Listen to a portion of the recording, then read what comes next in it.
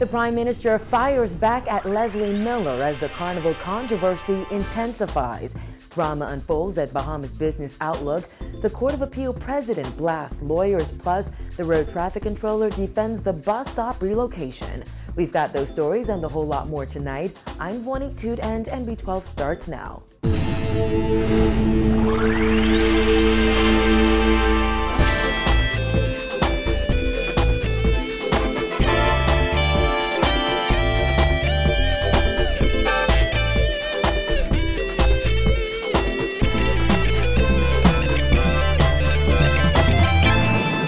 Tonight, Prime Minister Perry Christie hit back at Tall Pines MP Leslie Miller, who called Carnival garbage. While addressing a packed ballroom at Bahamas Business Outlook today, Christie said while he welcomes Miller's intrusiveness, the PLP MP should have come to him with his concerns. He also noted that Miller's daughters are involved with Bahamas Junkanoo Carnival.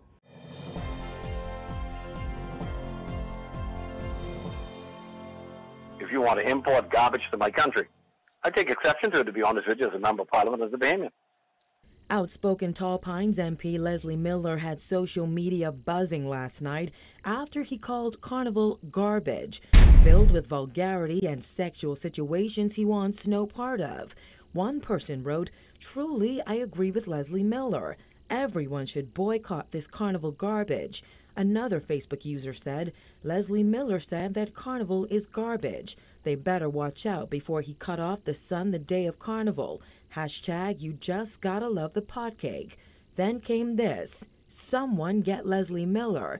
But not everyone was amused. A ticked off Prime Minister Christie told a packed ballroom at Bahamas Business Outlook today that Miller's daughters are involved with Enigma Carnival Group.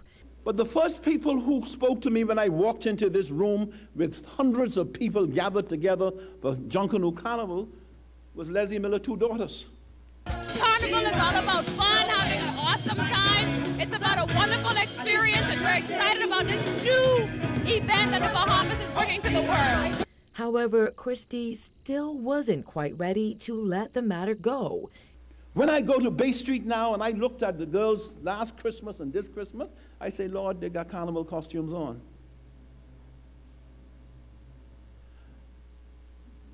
I don't know if you people go to Junkanoo. No, I don't know. I don't even know if Leslie Miller goes to Junkanoo. Though Miller said he prefers Junkanoo to vulgar carnival, the Prime Minister reminded him that Junkanoo displays this. And this, and a little bit of this too.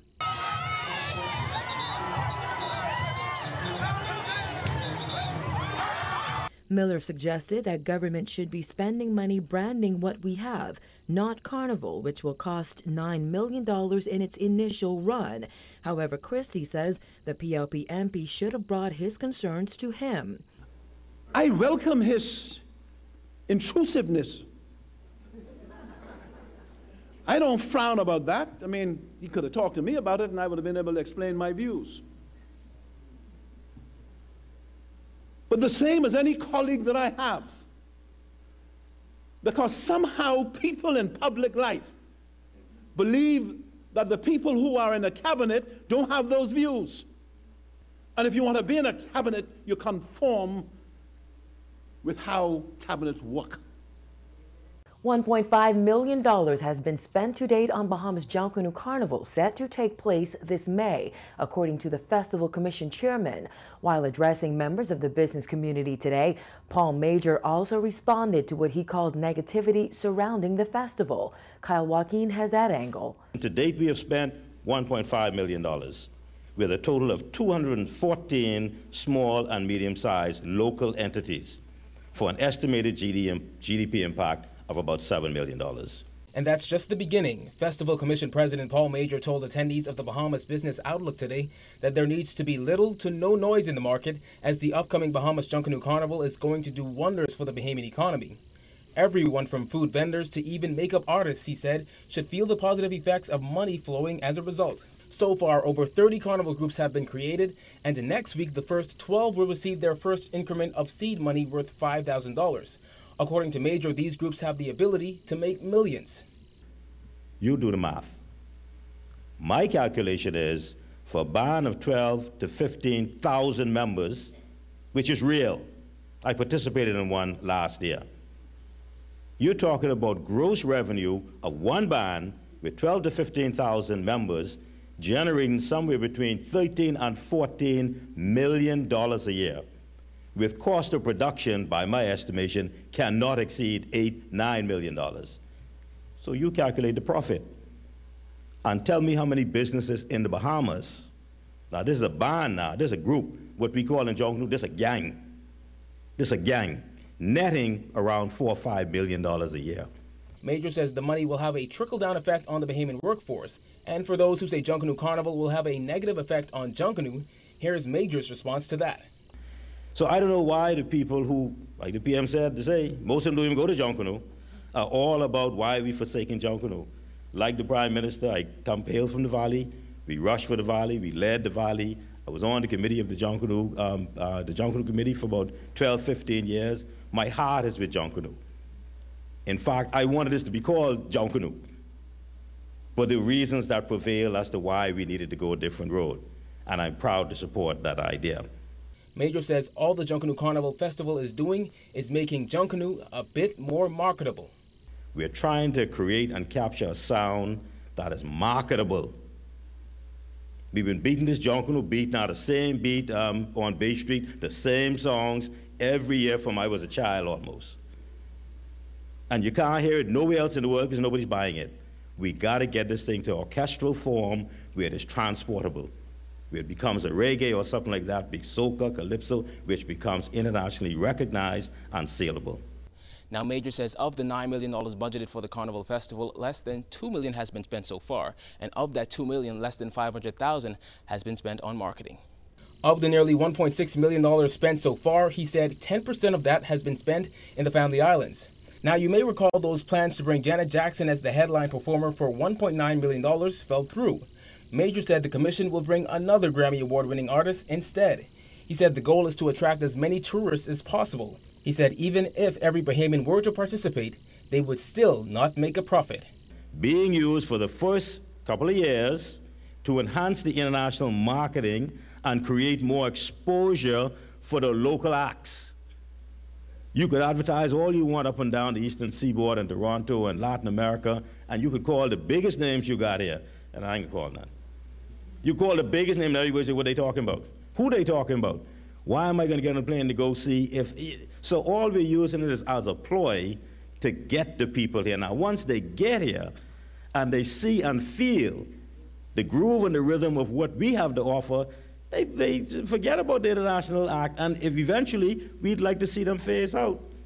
Today, we cannot bring the economic benefit by just going strictly local. Reporting for MB12, I'm Kyle Joaquin. And things got heated at the 24th Bahamas Business Outlook today as one union president put a government minister on blast.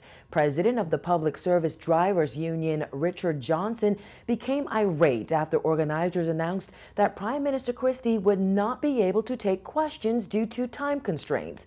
Johnson said he wrote Tourism Minister Obi Wilshcombe 2 years ago concerning an issue, but claims he never got a response. He had hoped to discuss the issue with Christie today.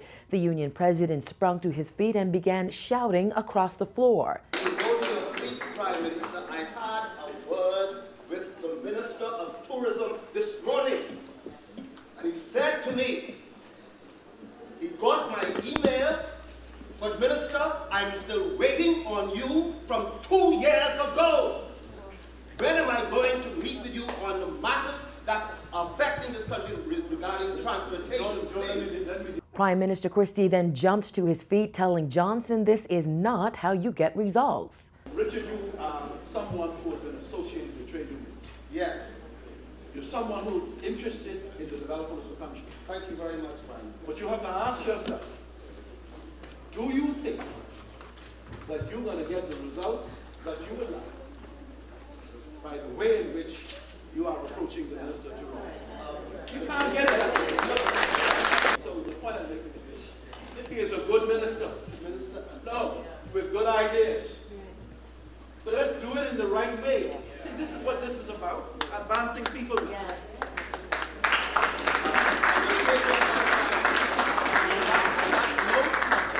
Thank you very much. Thank you very much, and we're going to be moving on now. In other news, Court of Appeal President Anita Allen today expressing concern over the quality of work presented by local lawyers. Allen called it one of the appellate court's greatest concerns and insisted that lawyers abandon lackadaisical and cavalier approaches to their responsibilities. Jasmine Brown has more in this report.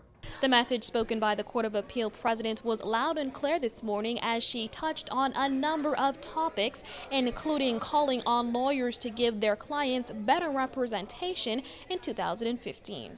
The Court of Appeal president made the comments during a special sitting of the court to mark the opening of the legal year this morning.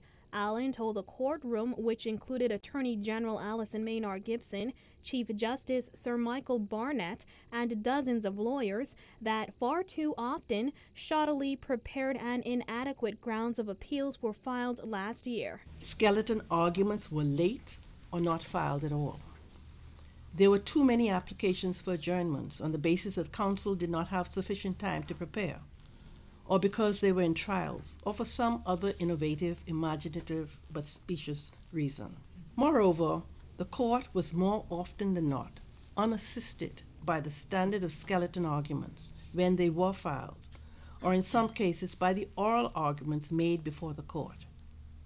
Very often, counsel had not read the papers before coming to court and was ignorant of the facts and the law pursuant to which the appeal was lodged. Allen also called on lawyers to not file frivolous appeals. Counsel ought to communicate more with each other and explore alternative avenues for resolution before filing an appeal. Too much time is wasted in lodging and fighting useless or hopeless appeals.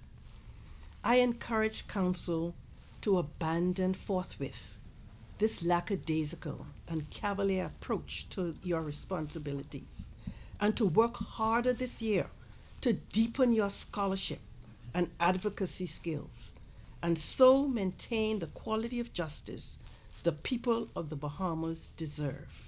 Still, Allen said lawyers are indispensable to the courts and encouraged them to be better advisors and advocates for their clients. You are advisors to and advocates for clients aggrieved by decisions of the lower courts and tribunals.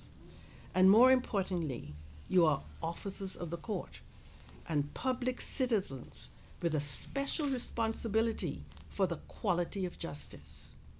In essence, you are, like us, guardians of the rule of law, guardians of the ideal that all people stand equally before the law, none above it and none below it. Today's sitting took place in the newly finished appeals court that now sits on the 4th floor of Clawton House on Shirley Street. Works on the new courts began last May and wrapped up earlier this month. An additional court was also built.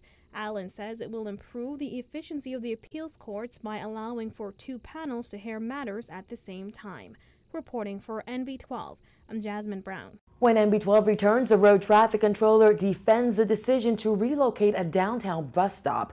The details are after this break.